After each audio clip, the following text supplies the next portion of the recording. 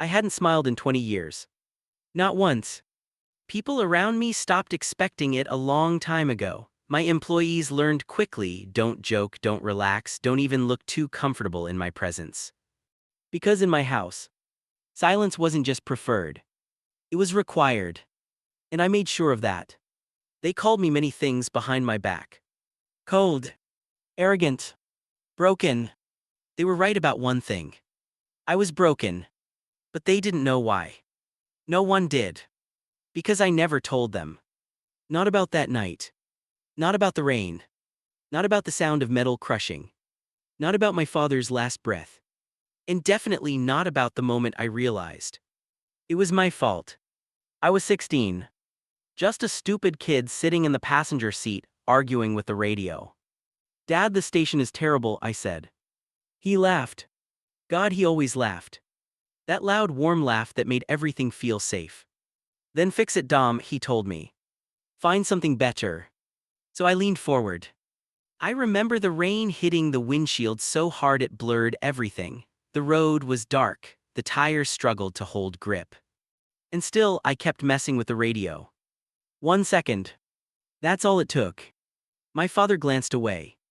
Just for a second. The car slipped. I still hear it sometimes. The sound. Metal twisting.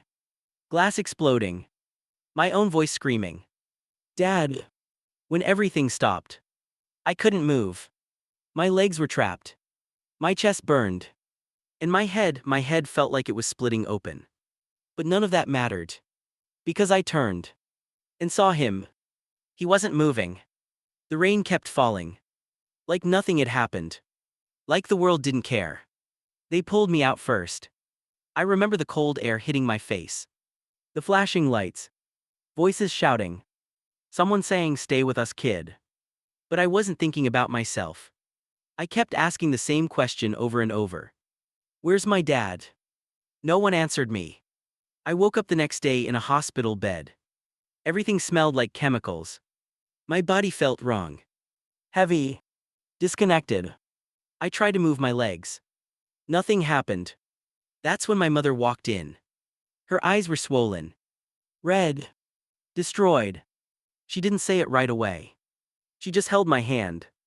And cried. I already knew. But I still asked. Where'd Dad's? And she said it. Quietly. Like saying it louder would break her completely. He's gone. That was the moment everything inside me died. Not just my legs. Not just my father. May. Because I knew the truth. Something no one else said out loud. If I hadn't touched that radio, he wouldn't have looked away. If he hadn't looked away, the car wouldn't have slipped. If I hadn't been there, he would still be alive. And from that day on, I stopped smiling. Not because I couldn't, but because I didn't deserve to. Years passed. Money grew. Business expanded. People respected me. Feared me. Obeyed me. But none of it mattered. Because every night, when the house went quiet, I was back in that car. Hearing the crash. Seeing his face. Feeling my legs. Not respond. So I built a life around silence. A mansion too big for one man. Rooms no one used. Gardens too perfect to feel real. Everything controlled. Everything clean. Everything empty. And the people who worked for me. They didn't stay long. No one ever does. Until her. The day she arrived. I didn't expect anything. Just another employee. Another person who would last a week at most. But from the moment she walked in, something felt different. I heard her before I saw her. A voice. Soft. Humming. Humming. In my house. I stopped typing. Lifted my head. And listened. For a second I thought I imagined it. Because no one made unnecessary noise in my house. No one dared. But then I heard it again. A quiet melody. Warm. Alive. It irritated me immediately. Who did she think she was? I rolled my chair toward the door. Opened it slightly. And saw her. She stood in the hallway, wiping down a table. Simple clothes. Hair tied back. No fear in her posture. No tension. And she was smiling. Smiling in my house. I watched her for a few seconds. Waiting. Expecting her to notice me. To freeze. To apologize. To shrink like everyone else. But she didn't. She just kept working. Still humming. That was the first time in years. Something inside me shifted. Not warmth. Not yet. But curiosity. And I hated it. Later that day she knocked on my office door. Twice. Not timid. Not afraid. Come in, I said. She opened the door. Looked straight at me. And said, "Good afternoon, I'm here to clean." No trembling. No hesitation. No fake politeness. Just normal. I didn't answer. Just stared. Waiting for discomfort to break her. It didn't. She turned away. And started working. 5 minutes passed in silence. Heavy. Suffocating. The kind I was used to. Then she spoke. "Beautiful books," she said. I froze. No one talked to me like that. No one. I slowly looked up. I asked for silence. She paused. Then replied. "Mrs. Noosa asked for it, you didn't." For the first time in years. Someone answered me. And didn't apologize for it. Something dangerous sparked inside me. Not anger. Not exactly. Something I hadn't felt in a long time. Interest. But I crushed it immediately. "If you don't like silence," I said coldly. "There are plenty of other houses." She looked at me. Straight in the eyes. And said, "Maybe, but I'm here now." That should have been the moment I fired her. But I didn't. And that was my first mistake. I should have fired her that day. Any other employee who spoke to me like that would have been gone before sunset. But Miriam stayed. And not only did she stay, she refused to disappear. Everywhere she went, there was sound. Not loud. Not annoying. Alive. A quiet hum while cleaning. Soft footsteps that didn't feel afraid. The occasional sigh, like she was actually living inside those walls. It disrupted everything. My routine. My silence. My control. And I hated it. At least that's what I told myself. The truth. I started noticing her. More than I should have. The way she worked was different. Not rushed. Not careless. But also not robotic like the others. She touched things like they mattered. Like the house wasn't just a job, but a place that needed life. And somehow, without asking permission, she started bringing it. I tried to ignore it. Focused on business. Meetings. Numbers. Contracts. Control. But she kept slipping through. Like a crack in a wall I had spent 20 years building. And then, she crossed the line. It was a Friday. I remember because I was already in a bad mood. A deal had fallen through that morning. 40 million. Gone. Everyone else in the house could feel it. The tension. The storm. They always could. But not her. She walked into my office like it was just another day.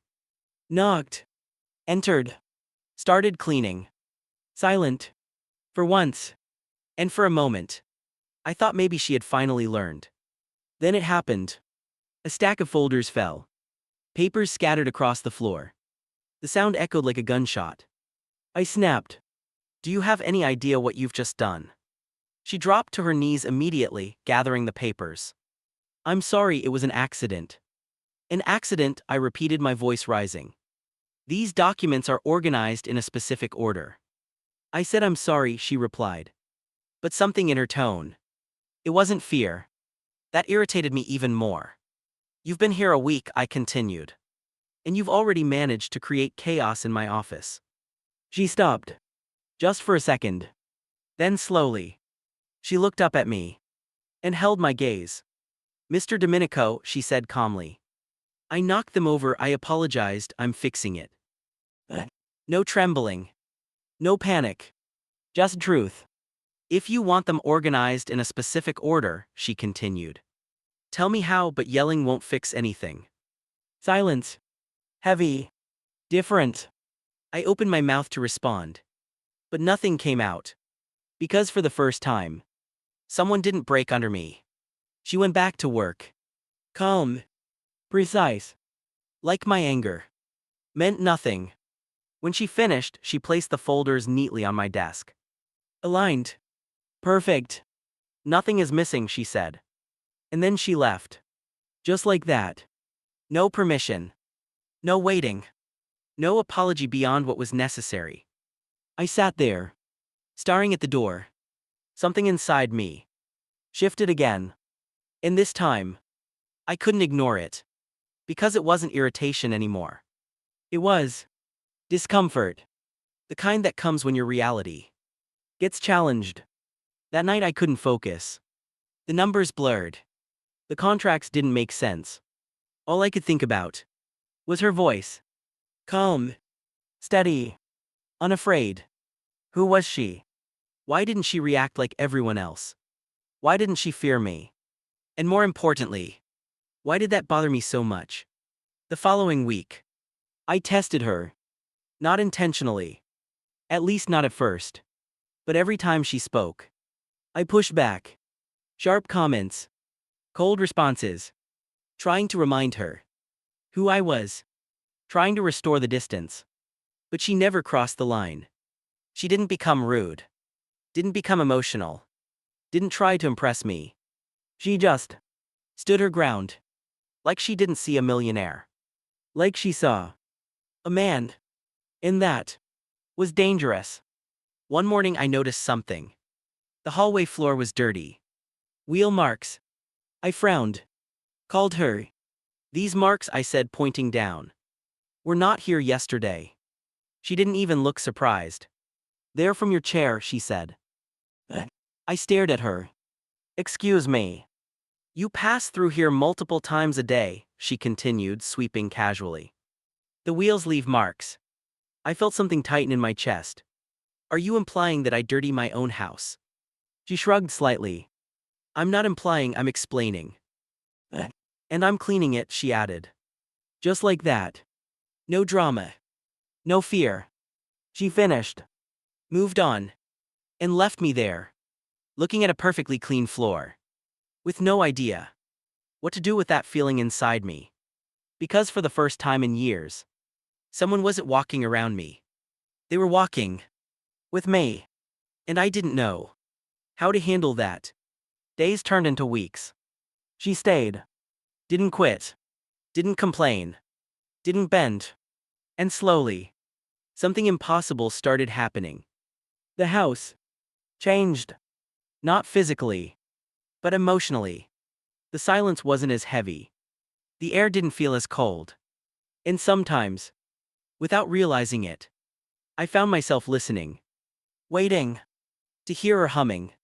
And when I did, I didn't stop it anymore. I let it happen. That should have scared me. But it didn't. What scared me was something else. The realization that maybe I didn't hate the noise. Maybe I missed it. It started on a day that felt wrong. Not dramatic. Not loud. Just heavy. Like the air itself was harder to breathe. I woke up with a dull ache behind my eyes. My body felt slow. Weak. I ignored it. I always do. Pain was nothing new to me. So I went to my office. Opened my laptop. Tried to work. But the numbers didn't make sense. The screen blurred. My hands trembled slightly. And for the first time in years, I couldn't control it. By the afternoon, I couldn't even sit straight. So I went to my room. Closed the curtains. And lay down. Alone. Like always. I don't remember how much time passed. Minutes. Hours. But I remember the heat. Burning through my body. My chest tightening. Breathing becoming shallow. And then, the fear. Not of dying. No. I wasn't afraid of that. I was afraid of where my mind was going. Because fever does something strange. It breaks the walls. And suddenly, I wasn't in my room anymore. I was back there. 16 years old. Rain hitting the windshield. My father laughing. Find something better, Dom. No. The car slipping. The crash. Dad. I tried to move. I couldn't. I tried to scream. But my voice was gone. Get out. I whispered. I don't even know if I said it out loud. Get out of here. Because I thought, if anyone saw me like that, weak, broken, afraid, they would see the truth. And I couldn't allow that. Then, I felt something. A hand. Cool. Gentle. On my forehead. You're burning up. Her voice. Miriam. I forced my eyes open. Everything was blurred. Unstable. No doctors, I muttered. I don't know why I said that. Maybe because hospitals meant memories. Loss. Helplessness. I'm not calling a doctor, she said. A pause. But I'm not leaving you like this either. Something in her tone. It wasn't a question. It was a decision. And for the first time in my life, I didn't fight it. She disappeared for a moment. Then came back. Cold water. Towels. Medicine. I felt the fabric press against my skin. The coolness spreading across my forehead. My neck. Relief. Small. But real. What are you doing? I whispered. Taking care of you. Simple. Like it was the most obvious thing in the world. No hesitation. No expectation. Just care. The fever got worse before it got better. I remember fragments. Her voice. Soft. Steady. The sound of water being wrung from cloth. The touch of her hand. Again and again. Keeping me anchored. And then, the nightmare came back. Stronger. Dad. My voice broke. I'm sorry. I felt something tighten. My chest. My throat. I didn't mean to. And then, I felt her hand. Not just on my forehead, but holding mine. Firm. Grounding. It's okay, she said softly. I'm here. I don't remember the last time someone said that to me. I'm here. Not because they had to be. Not because they were paid to be. But because they chose to be. And something inside me collapsed. Not loudly. Not dramatically. Just quietly. Like a wall that had been cracking for years. Finally giving in. I held her hand. Tightly. Like if I let go, I'd fall back into that night. And she didn't pull away. She stayed. All night. I know that now. Because when I opened my eyes again, the room was different. Quiet. Calm. Morning light slipping through the curtains. And for a moment, I didn't understand where I was. Until I turned my head. And saw her. Miriam. Sleeping in the chair next to my bed. Her head tilted. Her body exhausted. And in her arms, a child. A small boy. Curled against her chest. Holding onto her shirt. Peaceful. Safe. On the floor. A basin of water. Used towels. Medicine. Evidence. Proof. She had stayed. Not for an hour. Not for a moment. But the entire night. Taking care of me. Without asking. Without permission. Without needing anything in return. And something happened then.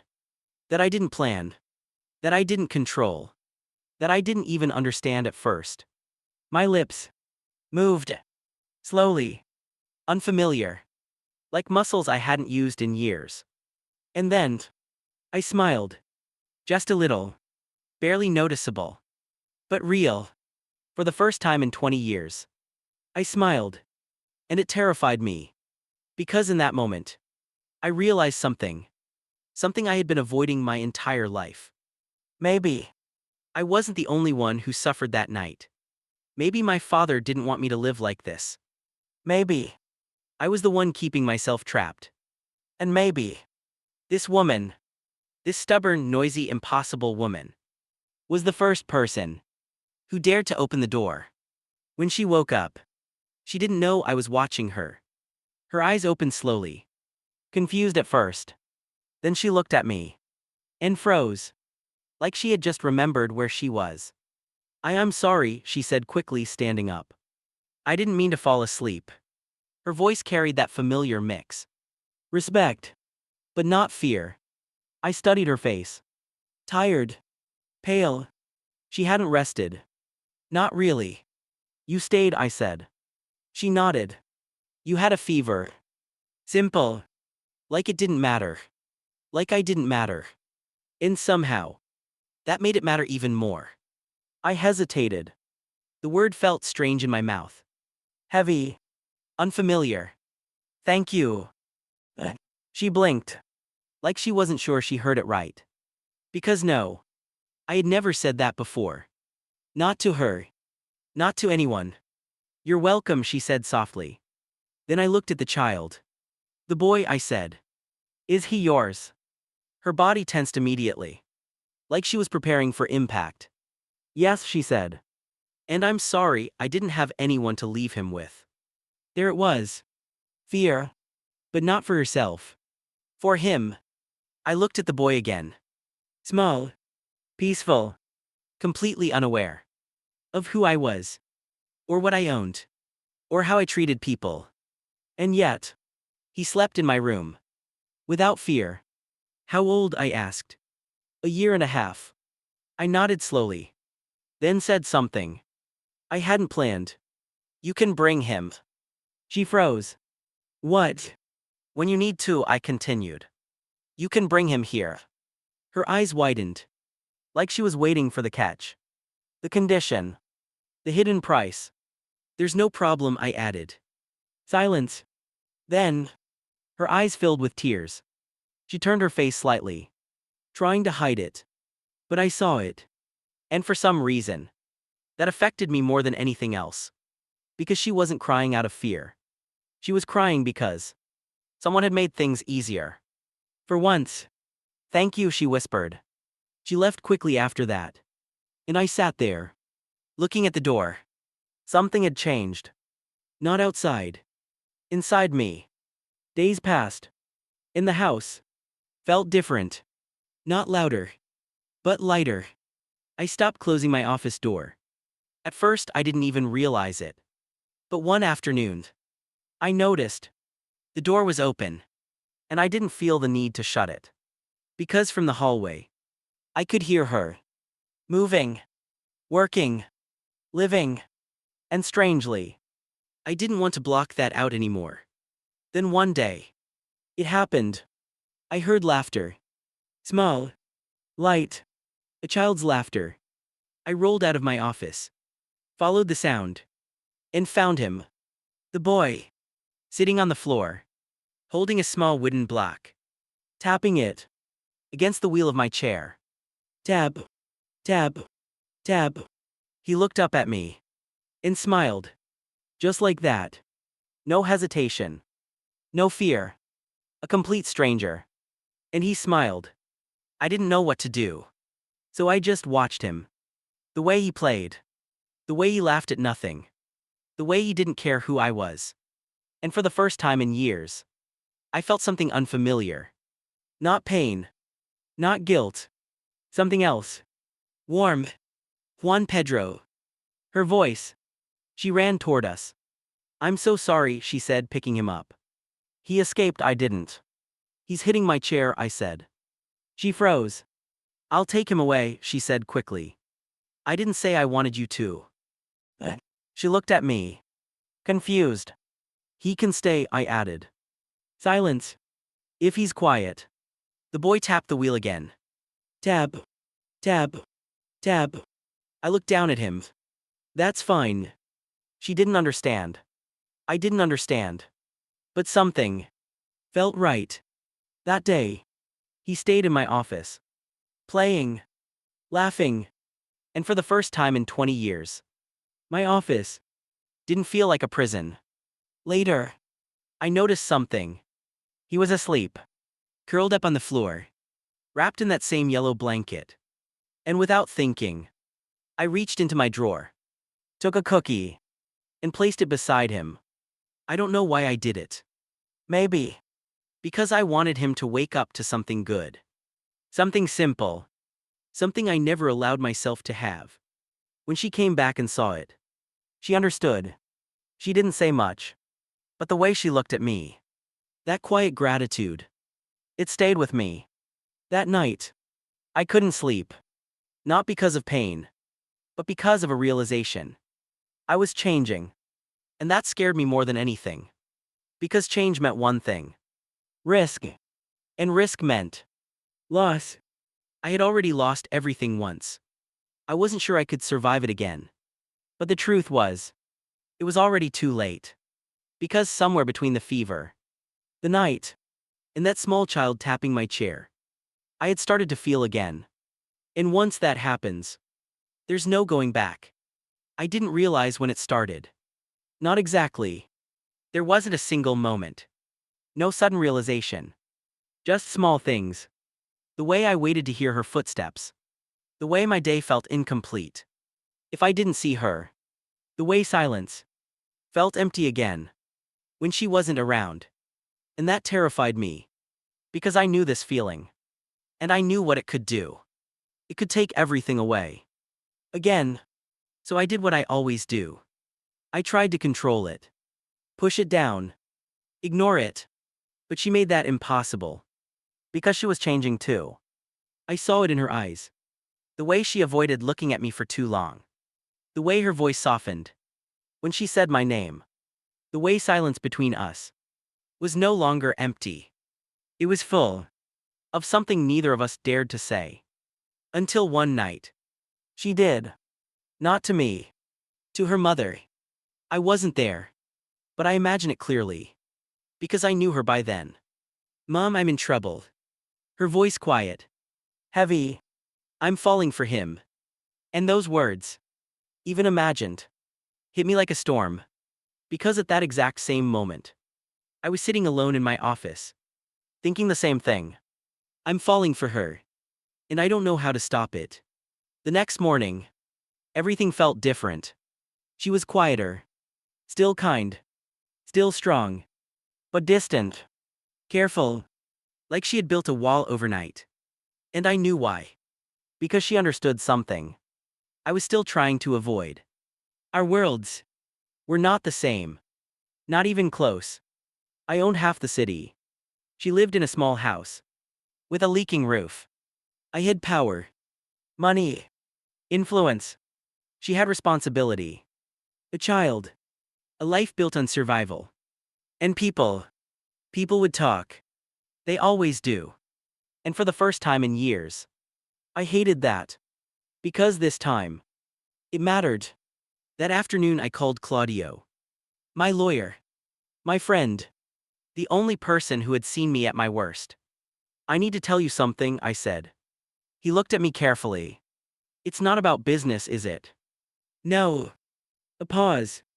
"It's about her." He didn't need me to say the name. "The cleaning lady?" he asked. Something inside me snapped. "Don't call her that." Silence. "She has a name," I said quietly. "And she's more than that." Claudio leaned back. Studied me. "I've known you for 15 years, he said.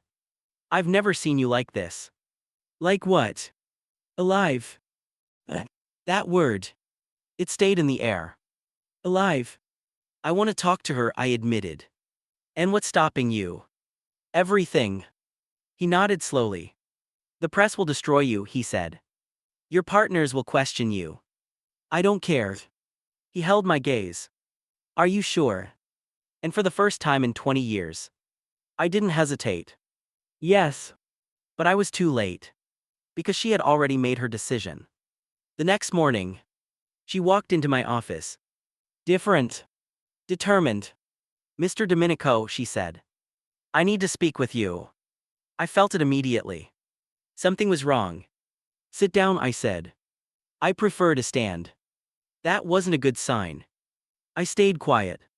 Waited. She took a deep breath. "I came to thank you," she said. My chest tightened. "For the job, for helping me, for my son." Every word felt like a step away. "But I need to leave." The room went silent. "Why?" I asked. Her voice trembled slightly. "Because it's the right thing to do." "For who?" "For everyone." I felt something break inside me. Everyone, I repeated. Or you. She didn't answer. And that was enough. People will talk, she said finally. They'll say I'm after your money. I moved forward slightly. And what do you say? She looked at me. And I saw it. Fear. Not of me. Of losing herself. I say, her voice cracked. That I don't belong in your world. That was it. That was the moment. The point of no return. What if I don't care about the world? I said. Her eyes filled with tears. Then I care enough for both of us. No, I said. She closed her eyes. Don't do this, she whispered. I'm being honest, I said. You taught me that. A tear rolled down her cheek. I can't. You can. She shook her head. We can't. And then she turned and walked away. Just like that. No looking back. No second chance. No goodbye. The door closed. And the silence returned. But this time, it wasn't peaceful. It was unbearable. Days passed.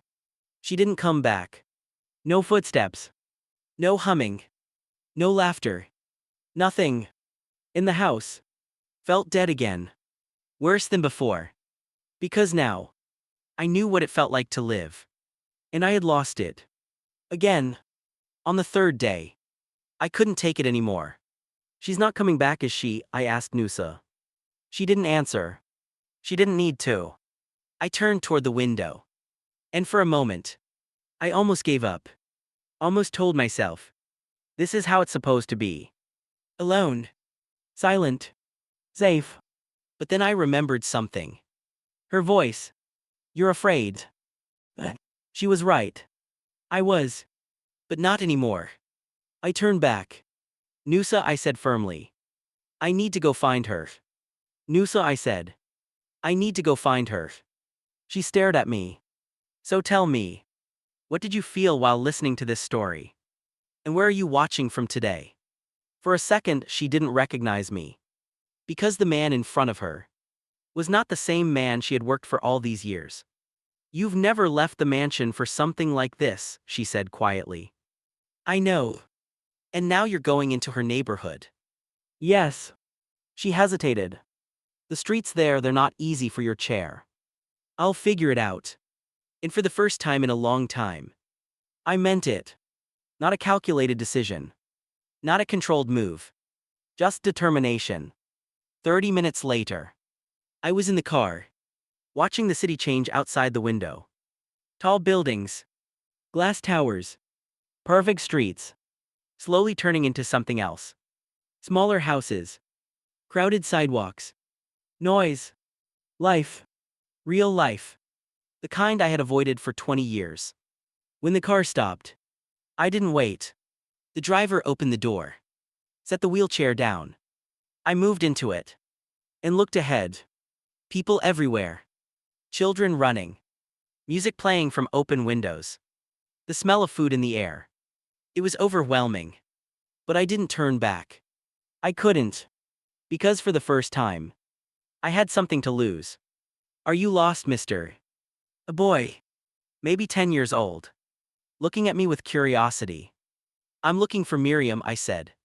He smiled. I know her. Of course he did. She lives down there, he pointed. I'll show you. And just like that, I followed him. Through narrow streets. Uneven ground. My wheels got stuck more than once. My hands hurt. My arms burned. Sweat ran down my face. But I didn't stop. Because every meter felt like breaking a chain. When we reached her house, there were already people watching. Neighbors. Children. Curious eyes. A man like me. Didn't belong there. But I didn't care anymore. The door was open. A woman appeared first. Older. Sharp eyes. Her mother. Are you Miriam's mother? I asked. I am. My name is Dominico. She studied me. Looked at the chair. The suit. The sweat. And somehow, she understood everything. Without a single word. Miriam, she called inside. Come here, daughter. And then, she appeared. holding her son. When she saw me, everything stopped. Her breath, her movement, her thoughts. "What are you doing here?" she asked. I looked at her, at the boy, at the life she had. And then I said the only thing that mattered. I spent 20 years believing I didn't deserve to be happy. Silence. I locked myself away, punished myself, refused to live. My voice shook. But then you walked into my house and changed everything. Her eyes filled with tears. "Dominico." "No," I said. "I need to say this. Because if I stopped, I would lose the courage. I love you." The words hung in the air. Raw. Real. Uncontrolled. I love your voice, your strength, the way you care about others. I swallowed. I love your son, tapping my chair like I'm just another person. A small laugh broke through the tears around us. "I don't care what people say," I continued. "I don't care about the difference between our worlds." I looked straight into her eyes. "I just know I can't go back to a life without you." Silence. Heavy. Beautiful. "I'm afraid," she whispered. "I know. I'm afraid of being judged, of not being enough for your world." I moved closer. Reached out my hand. "You don't have to be enough for my world," I said softly. A pause. "You are my world." And then, something happened. Something no one there expected. She stepped forward, placed her son gently into her mother's arms, and took my hand. Tight. Firm. Like she wasn't letting go again. "I love you too." The words broke through her tears. "Since that night when you called for your father." My chest tightened. "I wanted to stay," she said. "And now I don't want to leave." And just like that, the world changed.